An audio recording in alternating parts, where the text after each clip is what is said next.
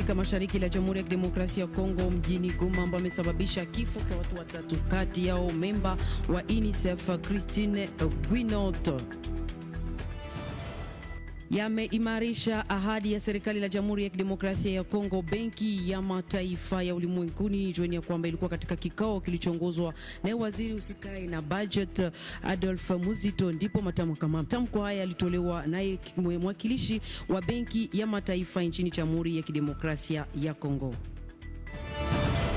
Ajali la moto lilijitokeza kwenye uwanja wa uko Mavivi jueni kwamba haya kabisa hakuna mtu aliyefariki kati ya ajali hiyo, lakini matokeo ya hiyo ajali tutawafahamisha katika urefu wa mahabari.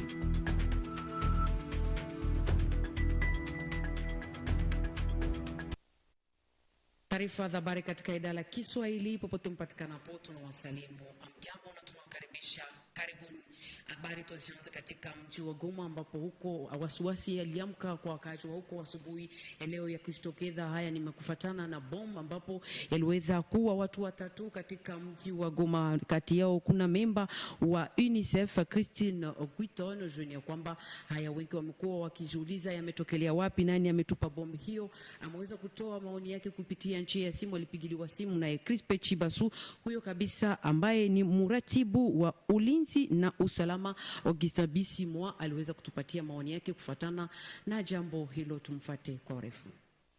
Ndio, kulingana na hiyo atake ya drone ambayo ilifanyika huko Goma, tuna maoni mbili kama vile wanasiasa. Maoni ya kwanza, ni njia inawezekana ni njia halali ya violation ya mikataba ya cessez-le-feu ambayo tunakondane kabisa, kwa kuwa hiyo atake inaenda kinyume kabisa na mikataba ya cessez-le-feu, na hiyo sisi wote tunaikondane kwa kuwa kama violation ya cessez-le-feu inaendelea kufanyika, inaonekana ya kwamba sehemu zote mbili hazipendi kabisa tupate amani na zinapenda watu waendelee kuuawa.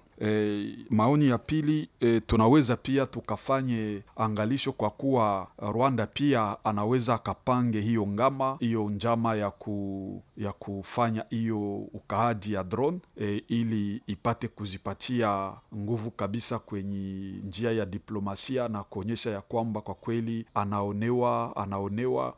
Ndio maana tunasema ya kwamba ni vema kwa kweli kukue mekanisme ambayo ni halali, hiyo mekanisme ya suivi ya cessez-le-feu ambayo ina nguvu kabisa, ambayo inahakikisha ya kwamba kila yeyote ambaye ataviole ama atapita kinyume ya hiyo mikataba ya cessez-le-feu anaweza akaadhibiwe vikali. Na kama kunakuwa hiyo mekanisme efikase, hiyo kabisa mekanisme contraignant, ambayo inaonyesha waziwazi ya kwamba kila yeyote ambaye atapita kinyume ya mkataba huyo wa cessez-le-feu ataadhibiwa vikali. Nikizani ya kwamba ingelikuwa hiyo imefanyika mbele, kwa kweli hakungelikuwa hiyo manje ya maviolation ya cessez-le-feu.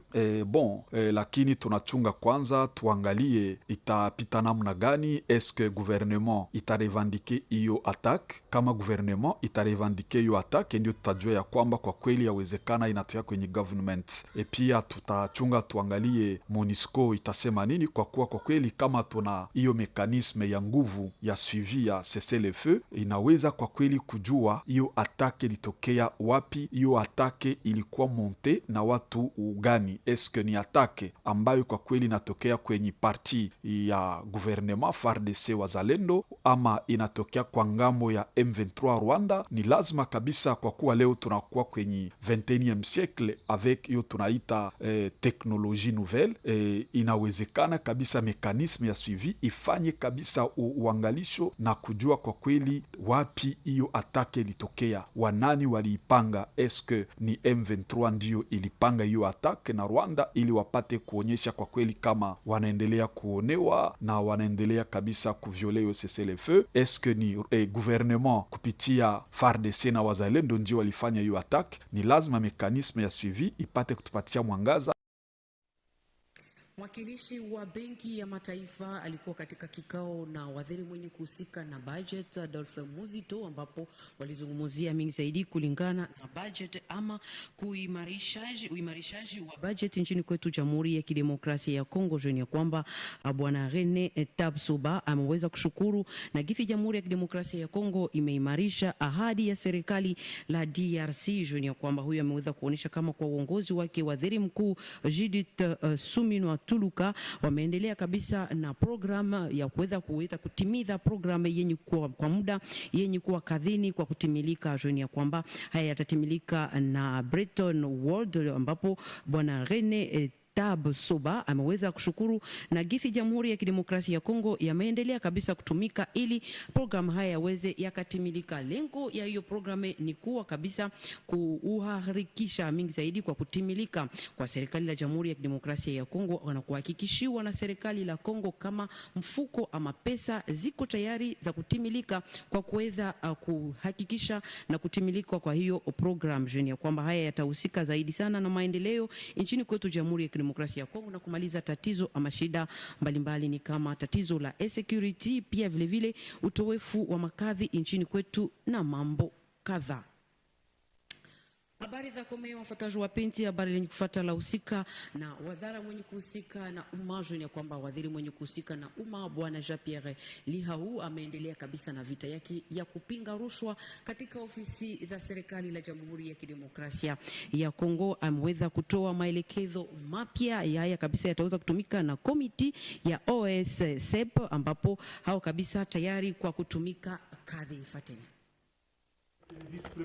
memba wa komiti waliohusika na ufuatiliaji wa rushwa wamepokea maelekezo mapya kwa waziri makamu msikae na umma Jean-Pierre Lihau Ibwa kama kiongozi. Hii siku ya pili tarehe 10, maelekezo haya yaliyotolewa kwa komiti mpya yatatumika kufatana na msingi mpya itakayothibitisha mawakala wa serikali kwa kuditi ya maadili ya aina yote. Muda mrefu kadhi hayakuendeka gisi ilivyofaa kama yameonyesha na viongozi OSCEP yamejitayarisha kwa kutoa kadhi ilivyopendekezwa na Rais ya Jamhuri ya Kidemokrasia ya Kongo Felix Antoine Tshisekedi Chilombo. Baada ya kupokea hiyo maelekezo kwake waziri makamu Jean-Pierre Lihau, viongozi wa OSCEP wameaga kuheshimu kanuni ya wafanya kadhi au mawakala wa serikali kwa kufuatilia na taratibu rushwa. Kama tulivyowapasha kwa ufupi habari zetu zilizofuatwa wapenzi, ya ajali la moto ilijitokeza kwenye uwanja wa ndege wa Mavivi hapa ni katika mji wa Beni. Sababisho hilo litokeza na nini, ameweza kutupasiria mafasirio zaidi. Tulimpigia kwa simu bwana Sebastien ambapo alitupa mafasirio zaidi. Moto haya yalijitokeza kwa nini, ila hakuna kabisa gundi la Umoja wa Mataifa ambapo ulifika hapa kwa haraka kwa kuweza kuzimisha moto huo. Tumfuate kupitia njia ya simu, alitupatia mafasirio zaidi.